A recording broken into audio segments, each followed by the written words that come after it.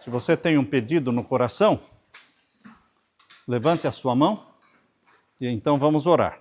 Pai Santo que estás nos céus, estamos manifestando o nosso desejo da Tua bênção, estamos manifestando nossa necessidade da Tua graça, levantando as nossas mãos para o céu.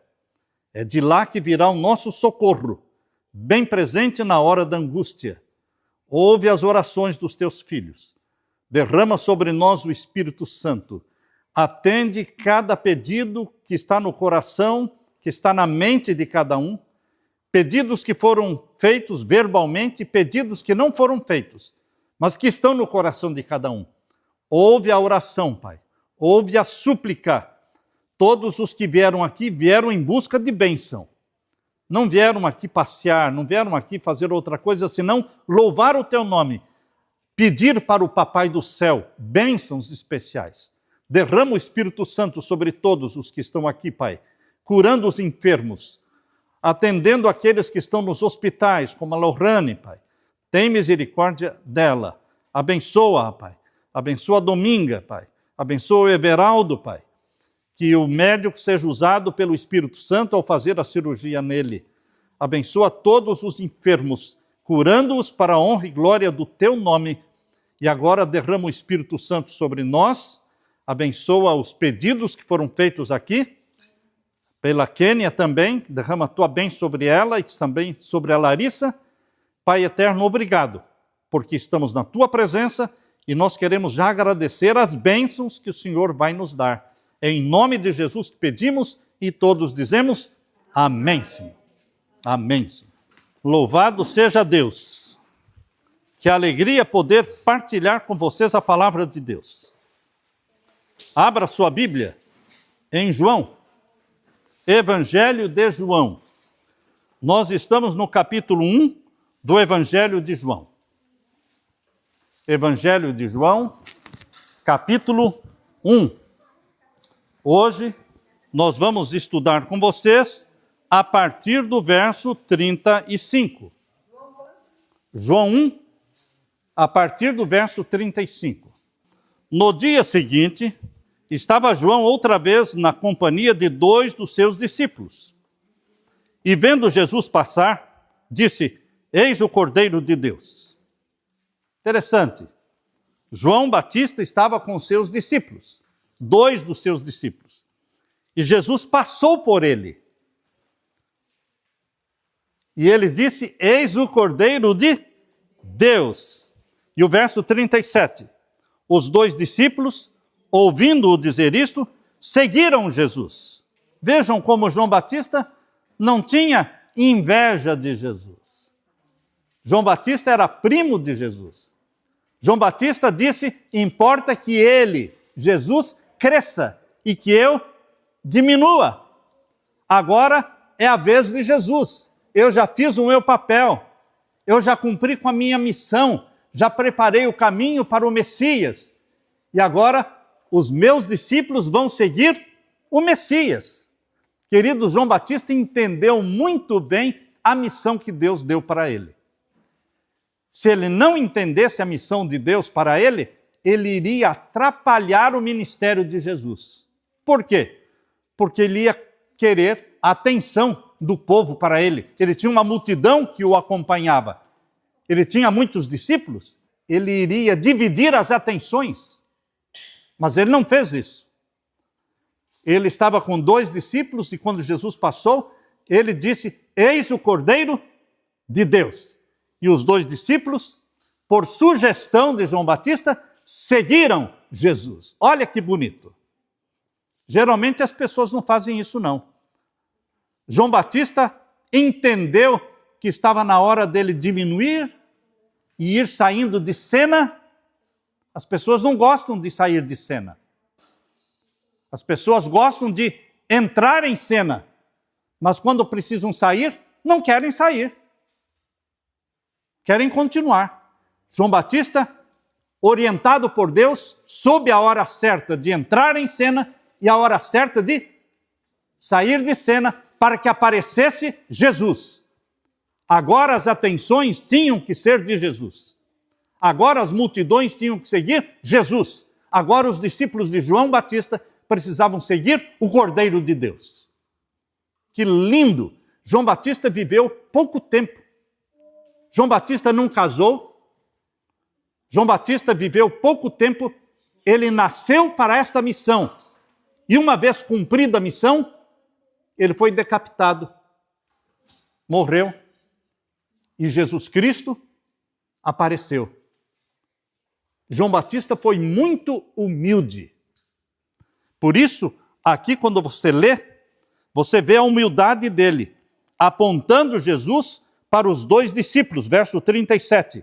Os dois discípulos, ouvindo-o dizer isto, seguiram Jesus. Verso 38. E Jesus, voltando-se e vendo que o seguiam, disse-lhes: que buscais? Disseram-lhe: Rabi, que quer dizer mestre, onde assistes? A outra tradução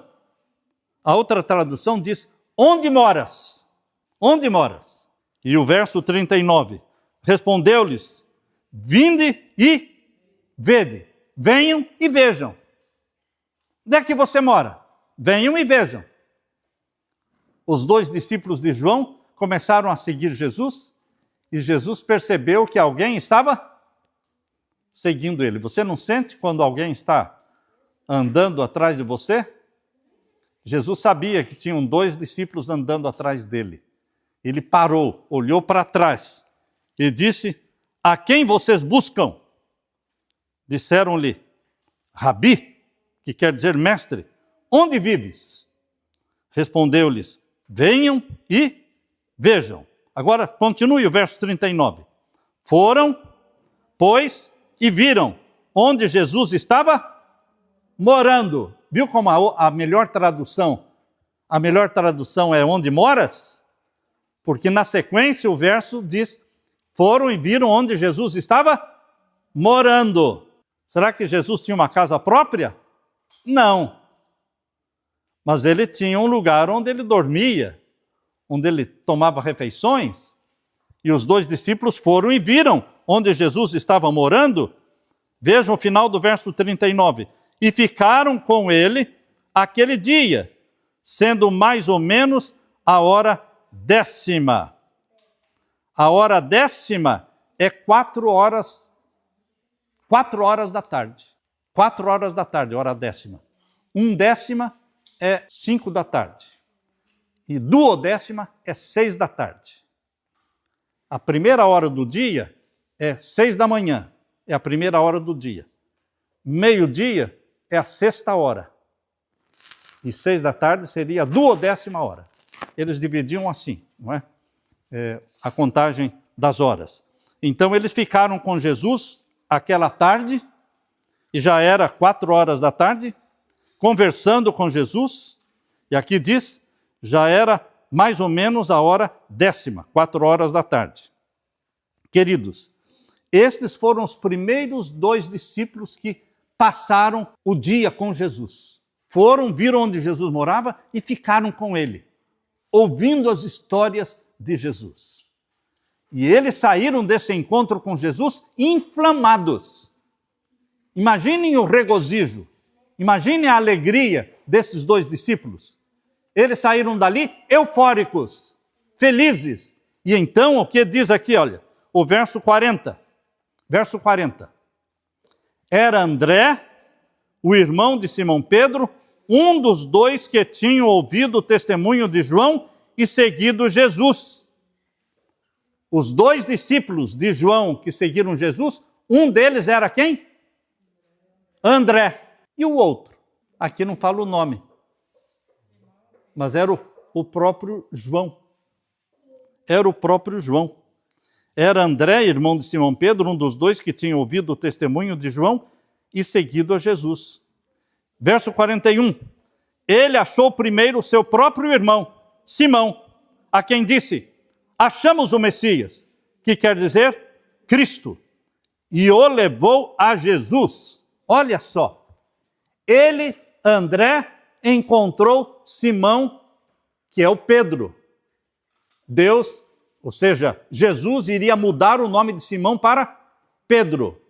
E então, André levou seu irmão até Jesus. É essa a missão sua e minha. É essa a missão. Aqueles que encontram Jesus não ficam parados.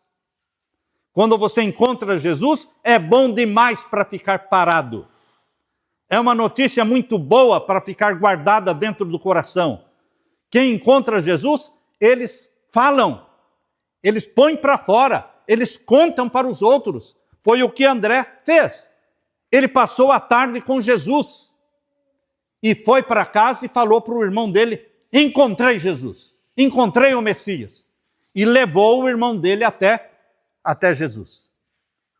Esse é o trabalho missionário, de levar pessoas a Jesus. Vocês sabem que quem abraça Jesus como Salvador e quem entra para o reino de Deus, ele entra para o reino de Deus como um missionário. O que é missionário? Aquele que está em missão. Quem está em missão é missionário. E a missão dos que amam Jesus é levar pessoas para Jesus. Para que estamos construindo tudo isso aqui? Para bonito? Não. É para levar pessoas para Jesus. Existe um propósito. Vida com propósito. Você tem vida com propósito. Você nasceu com propósito. Se você acha que você nasceu sem propósito, então a vida não faz sentido para você. Você tem propósito, desde o seu nascimento. Quando eu nasci, Deus tinha um propósito comigo. Colocou no coração da minha mãe, que se chama Zulmira. Esse é o nome da minha mãe, Zulmira. Nome do meu pai, Salviano. Deus colocou no coração da minha mãe me dar para Deus. Ela leu a história na Bíblia de Ana. Ana é a mãe de Samuel na Bíblia. E ela, quando nasceu o menino Samuel, ela deu Samuel para Deus, para ser um sacerdote.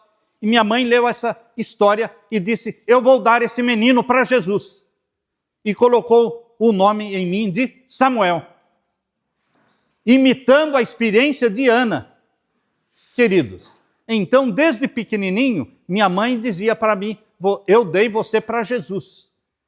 E eu, quando tinha minha idade, Kevin, minha idade assim dos meus 13 anos, 14 anos, e ela dizia para mim: eu dei você para Jesus. Eu falei: mas eu não quero ser pastor. Não, o problema é seu, ela falava. Eu fiz a minha parte. Eu dei você para Jesus. Se você vai ser pastor ou não, isso é um problema seu. Eu fiz a minha parte. Eu dei você para Jesus. Isso ficou na minha mente. Eu dei você para Jesus. Eu dei você para Jesus. E Deus já estava preparando uma pastora, né? Para ser a minha esposa, a Leila. Deus colocou a Leila na minha vida quando eu tinha 16 anos de idade. 16 anos de idade. Ela foi sentar na carteira, na frente da minha carteira, na mesma sala de aula. Queridos, não deu outra, não é? Não deu outra. Aí nos apaixonamos, e aí namoramos e casamos, namoramos 6 anos. 6 anos. E agora estamos há mais de 50 anos casados. Queridos, vida com propósito. Você nasceu com propósito, você está aqui com propósito, e nós estamos aqui também com propósito. A vida faz sentido quando você entende que você tem um propósito divino. Jesus nasceu com propósito de viver, morrer, nos salvar, ressuscitar, subir para o céu, ser o nosso advogado, o nosso sacerdote. Este era o propósito na vida de Jesus. E ele não perdeu o propósito. João Batista nasceu com um propósito. Ele era 6 meses mais velho do que Jesus, primo de Jesus, mas ele nasceu, nem casou, porque ele sabia que a vida dele seria muito curta. Preparou o caminho para Jesus e logo sumiu de cena. Cumpriu com o propósito. Deus tem uma esposa, Deus tem um marido, Deus tem um namorado para você, mas você precisa deixar que Deus dirija a sua vida. Não queira você escolher. Deixe Deus escolher para você. Você pode escolher errado. Deus não escolhe errado. Então, meus queridos, vida com propósito. Aqui diz que André, verso 40, era André, o irmão de Simão Pedro, um dos dois que tinham ouvido o testemunho de João Batista, não é? E seguido a Jesus. Ele achou primeiro o seu próprio irmão Simão, a quem disse, achamos o Messias, que quer dizer Cristo. Ele ficou quieto? Não, ele chegou em casa aí, abriu a boca e falou. E o verso 42, e o levou a Jesus. Continue a leitura do verso 42. Olhando Jesus para ele, disse, tu és Simão, o filho de João. Tu serás chamado Cefas, que quer dizer Pedro. O que Jesus fez com Simão? Mudou o nome dele. Deus ama mudar o nome da gente. Sabe por quê? Porque a mudança do nome significa mudança do caráter. Lembram-se de vocês de Jacó? Jacó quer dizer enganador. E ele era enganador mesmo. Ele trapaceou o seu irmão Esaú, trapaceou o seu pai Isaac, mentiu, enganou. E o seu nome era enganador. Jacó quer dizer isso. Mas quando ele se encontrou com Deus, Deus disse, Jacó, eu vou mudar o seu nome. E mudou o caráter dele. Colocou o nome dele de Israel. Israel é o nome de uma nação, certo? Nação de Israel. Mas esse nome surgiu com Jacó. Você não vai mais se chamar Jacó, que quer dizer enganador. Seu nome será Israel, porque lutaste e saíste vencedor. Israel quer dizer aquele que luta e sai vencedor. Até hoje, as nações que lutam contra Israel perdem. Veja os jornais. Uma nação pequenininha, mas o próprio nome quer dizer vencedor. Vencedor. Então, queridos, Deus quer mudar o seu caráter. E Ele vai mudar também o seu nome. O seu nome. Lá no céu, nós vamos receber uma pedrinha branca. E nessa pedrinha branca, um novo nome. Querem ver isso? Aqui está em Apocalipse. Apocalipse. Abra sua Bíblia. Em Apocalipse. É o último livro da Bíblia. Capítulo 2, o verso 17. Deus vai mudar o nome de todos nós. Todos nós vamos receber uma pedrinha branca e nesta pedrinha branca um novo nome. E esse nome ninguém sabe, só você. Você é igual o amigo secreto, amiga secreta de oração aqui. Quando a Leila distribuiu aí os papeizinhos da amiga secreta de oração, a pessoa abre e olha assim, só ela sabe. Ela não conta para ninguém. É amiga secreta de oração. E alguém perguntou, e qual é o presente que eu tenho que dar? Orar por ela. Amiga secreta de oração não é que vai comprar um vestido, um sapato, dar de presente. Não, o presente que você vai dar para a sua amiga secreta é o quê? Orar por ela por 2 semanas, 3 semanas, até pela família e até chegar o dia de revelar. O dia de revelar o segredo. A pessoa vem à frente e diz, eu durante estas semanas, eu estive orando por uma pessoa assim, assim, assim, começa a falar, até que todo mundo começa a adivinhar, já vai entender. Ela vai dando as características da pessoa por quem ela orou, até que todos descobrem que ela orou por aquela pessoa. Queridos, nós, aqui diz, veja, o capítulo 2, verso 17, leia comigo. Quem tem ouvidos, ouça o que o Espírito diz às igrejas.